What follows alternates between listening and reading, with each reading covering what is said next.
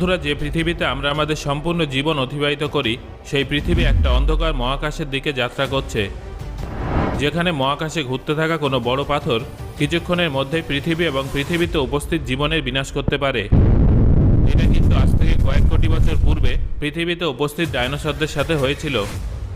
এই অবস্থায় আমাদের পৃথিবীর বিকল্প হিসেবে অন্য কোনো গ্রহের সন্ধান করা ভীষণ জরুরি। কিন্তু সমস্যাটা হলো আমাদের মানব শরীর পৃথিবীর মতো গ্রহে বসবাসের জন্য তৈরি হয়েছে। অর্থাৎ আমাদের মহাকাশেও এমন গ্রহ খুঁজতে হবে যেটা একেবারে আমাদের পৃথিবীর মতোই হবে। এই জন্য দীর্ঘদিন ধরে বিজ্ঞানীরা এমন একটা গ্রহের সন্ধান করছিলেন যে গ্রহটাকে আমরা আমাদের ভবিষ্যতের বাড়ি বলতে পারি। আর বর্তমানে বিজ্ঞানীদের সেই সন্ধান সফল হয়েছে, কারণ বিজ্ঞানীরা এক্সোপ্ল্যানেট কেপলার 22b প্ল্যানেটের সন্ধান করেছেন, যে গ্রহটা তার নক্ষত্র কেপলার 22-র হ্যাবিটেবল জোনে উপস্থিত থেকে সেটাকে প্রদক্ষিণ করছে। অর্থাৎ যার মানে হলো এই গ্রহে জলের উপস্থিতি আছে। এছাড়াও বিজ্ঞানীদের বেশ কিছু গবেষণায় এটাও সামনে এসেছে যে এই গ্রহের জলবায়ু আমাদের পৃথিবীর সাথে অনেকটা মিল আছে। কিছু কিছু বিজ্ঞানী তো কেপলার 22bকে জীবনের বিকাশের জন্য আমাদের পৃথিবীর থেকেও ভালো বলে মনে করছেন। বন্ধুরা, আজকের এই ভিডিওতে আমি আপনাদের মানবজাতির নতুন বাসস্থান হিসেবে বিজ্ঞানীদের দ্বারা খুঁজে বার করা কেপলার 22b গ্রহটার সম্পর্কে জানাবো। এছাড়াও এই গ্রহের জলবায়ু কেমন এবং এখানে কেমন ধরনের জীবন বিকাশ লাভ সম্ভব সেই সম্পর্কেও কথা বলবো।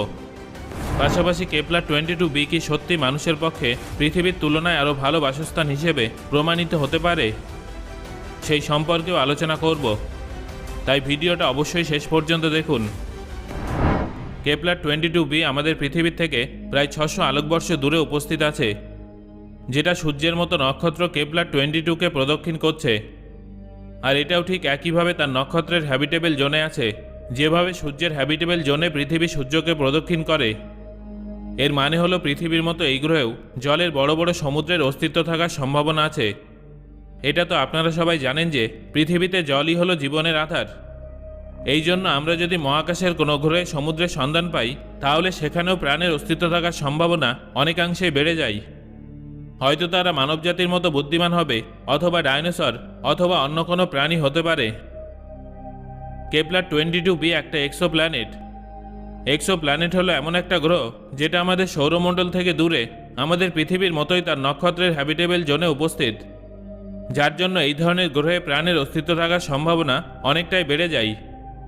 তবে এই ধরনের গ্রহগুলোকে খুঁজে বার করা ভীষণ সমস্যাজনক ব্যাপার। বিজ্ঞানীদের মতে কেপলার 22bকে খুঁজে বার করাটাও খুব একটা সহজ ছিল না। তাহলে এখন প্রশ্ন হলো, কেপলার 22bকে কিভাবে খুঁজে বার করা হলো?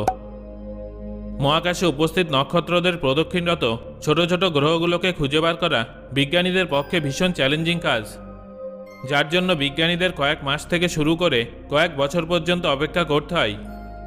এবার আপনারা হয়তো ভাবছেন যে গ্রহের মতো বড় বড় অবজেক্টগুলোকে খুঁজে বার করা এত কঠিন কেন?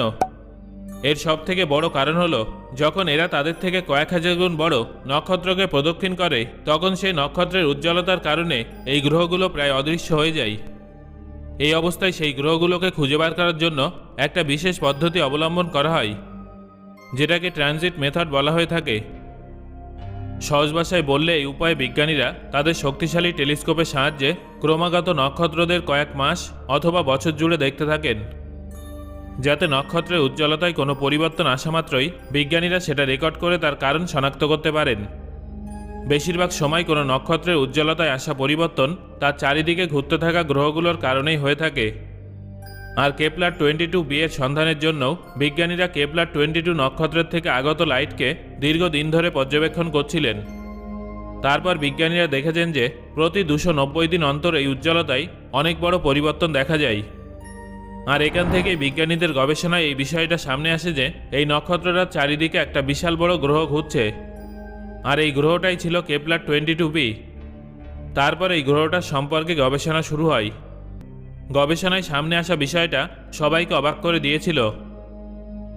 বিজ্ঞানীদের গবেষণা অনুযায়ী এই গ্রহটার সাথে পৃথিবীর অনেক মিল আছে। এখানে জলের সমুদ্র আছে। এছাড়াও বিজ্ঞানীদের দ্বারা এর উপরে করা অন্যান্য গবেষণায় এই বিষয়টা সামনে এসেছে যে এই গ্রহের আকার আমাদের পৃথিবীর থেকে দ্বিগুণ বড়। অর্থাৎ এটা একটা সুপার আর্থ প্ল্যানেট, যেখানকার গ্র্যাভিটিও আমাদের পৃথিবীর দ্বিগুণ হবে। কেপলার 22b সম্পর্কে একটা বিশেষ বিষয় হলো এই গ্রহটা আমাদের পৃথিবীর তুলনায় তার নক্ষত্রের 15% বেশি কাছে উপস্থিত আছে। আমাদের পৃথিবী যদি সূর্যের এত কাছে থাকতো তাহলে হয়তো পৃথিবীতে জল লিকুইড ফর্মে থাকতে পারতো না, অর্থাৎ সেই অবস্থায় পৃথিবীতে প্রাণের অস্তিত্ব থাকার সম্ভাবনা প্রায় নায়ের সমান হতো। কিন্তু নিজের নক্ষত্রের এত কাছে অবস্থান করার পরেও কেপলার 22bতে জলের উপস্থিতি আছে, যে কারণে হয়তো সেখানে কোনো ধরনের প্রাণের অস্তিত্ব থাকতেও পারে। এর সবথেকে বড় কারণটা হলো এই গ্রহটা যে নক্ষত্রকে প্রদক্ষিণ করছে সেটার আকার আমাদের সূর্যের তুলনায় কম, যার ফলে নিজের নক্ষত্রের এত কাছে অবস্থান করার পরেও কেপলার 22bতে ততটাই আলো এবং উষ্ণতা পৌঁছায় যতটা জলকে লিকুইড অবস্থায় রাখার জন্য এবং জীবনের অস্তিত্ব টিকিয়ে রাখার জন্য আবশ্যক। তবে কেপলার 22b সম্পর্কে এমন কিছু বিষয় আছে যেটা বিজ্ঞানীদের এটা ভাবতে বাধ্য করে তুলছে যে হয়তো কেপলার 22b মানবজাতির জন্য ততটা উন্নত হবে না যতটা আমরা অনুমান করছি, কারণ নতুন কিছু গবেষণা দাবি করছে যে হয়তো কেপলার 22b তার নক্ষত্র কেপলার 22 এর মাধ্যাকর্ষণের সাথে টাইডালি লক আছে, অর্থাৎ এই গ্রহের একটা দিক দীর্ঘদিন ধরে তার নক্ষত্রের দিকে থাকে আর অন্য দিকটা মহাকাশের গভীর অন্ধকারের দিকে থাকে। এখানে পরিস্থিতি অনেকটাই সেই রকম যেভাবে চাঁদ আমাদের পৃথিবীকে প্রদক্ষিণ করছে, যার ফলে আমরা শুধুমাত্র চাঁদের একটা দিকই দেখতে পাই। যদি এটা সত্যি হয়ে থাকে তাহলে কিন্তু এটা একেবারেই ভালো খবর নয়, কারণ এরকম পরিস্থিতিতে আমরা কেপলার 22bতে পৃথিবীর মতো দিন এবং রাত দেখতে পাবো না। আর তার থেকেও বড় সমস্যাটা হলো এর একটা অংশ সবসময় তার নক্ষত্রের দিকে থাকে, যেখানকার তাপমাত্রা এত বেশি হয় যে সেখানে মানুষ তো দূরের কথা, অন্য কোনো ধরনের প্রাণীর পক্ষেও বসবাস করা অসম্ভব হতে পারে। এছাড়াও এর দ্বিতীয় দিকে অন্ধকার অংশে তাপমাত্রা এত কম থাকবে যে সেখানেও মানুষ পুরোপুরি জমে যাবে। এই অবস্থায় বিজ্ঞানীদের বক্তব্য হলো কেপলার 22bতে একটা ছোট্ট জায়গা থাকবে যেখানে মানুষ বসবাস করতে পারবে। এই জায়গাটাকে আমরা গ্রে লাইন বলতে পারি। এই জায়গাটা কেপলার 22bর মাঝে অবস্থিত এমন একটা লাইন হবে যেখানে দিন এবং রাত মিলে যাবে। এই জন্য এখানে তাপমাত্রা অনেকটাই স্বাভাবিক হবে। এখানে জল লিকুইড ফর্মেই থাকবে এবং এরকম জলবায়ুতে মানুষ বসবাস করতে পারবে। কিন্তু এখানেও অনেক সমস্যা আছে যেগুলোর কোনো সমাধান আমাদের কাছে নেই। তার মধ্যে একটা সমস্যা হলো এই গ্রহের অতিরিক্ত মাধ্যাকর্ষণ। যেমনটা আমি কিছুক্ষণ আগে আপনাদের বললাম যে এই গ্রহের আকার আমাদের পৃথিবীর দ্বিগুণ বড়, অর্থাৎ আমরা যখন এখানে পৌঁছাবো তখন আমাদের ওজন প্রায় দ্বিগুণ হয়ে যাবে।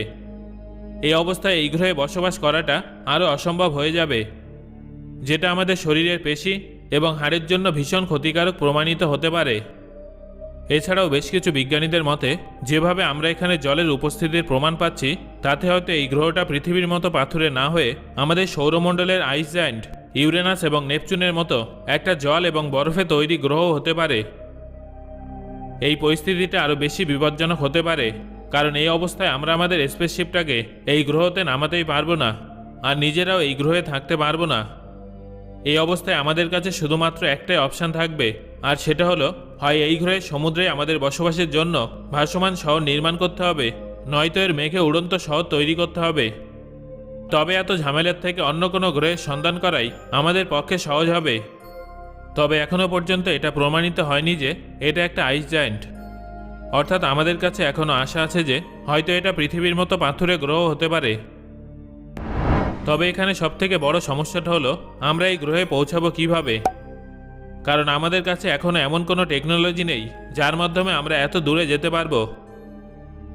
তাই এই অবস্থায় আমরা যদি এই গ্রহে সুস্থভাবে পৌঁছাতে চাই তাহলে হয় আমাদের এমন একটা টেকনোলজি তৈরি করতে হবে যার সাহায্যে মহাকাশে লাইটের স্পিডের তুলনায় কয়েক গুণ দ্রুত যাত্রা করা যাবে, অথবা এমন একটা টেকনোলজি তৈরি করতে হবে যার সাহায্যে মহাকাশে সফর করার সময় আমরা আমাদের বয়স বৃদ্ধির গতিটাকে কমাতে পারি। এই ধরনের টেকনোলজিকে হাইবারনেশন টেকনোলজি বলা হয়। হাইবারনেশন কিন্তু পৃথিবীর অনেক প্রাণীরাও করে থাকে, যার উপর বিজ্ঞানীরা ক্রমাগত গবেষণা করে সেই কৌশলগুলো সম্পর্কে অনুসন্ধান করার চেষ্টা করছেন যার সাহায্যে মানুষও হাইবারনেশন করতে পারে। সো বন্ধুরা, আপনার কি মনে হয় মানুষ কি কখনো মহাকাশে এত দীর্ঘ সফরের মাধ্যমে কেপলার 22bতে পৌঁছাতে পারবে? আপনার মতামত আমাকে কমেন্ট করে জানান। আর ভিডিওটা ভালো লাগলে একটা লাইক করুন এবং বন্ধুদের সাথে শেয়ার করুন।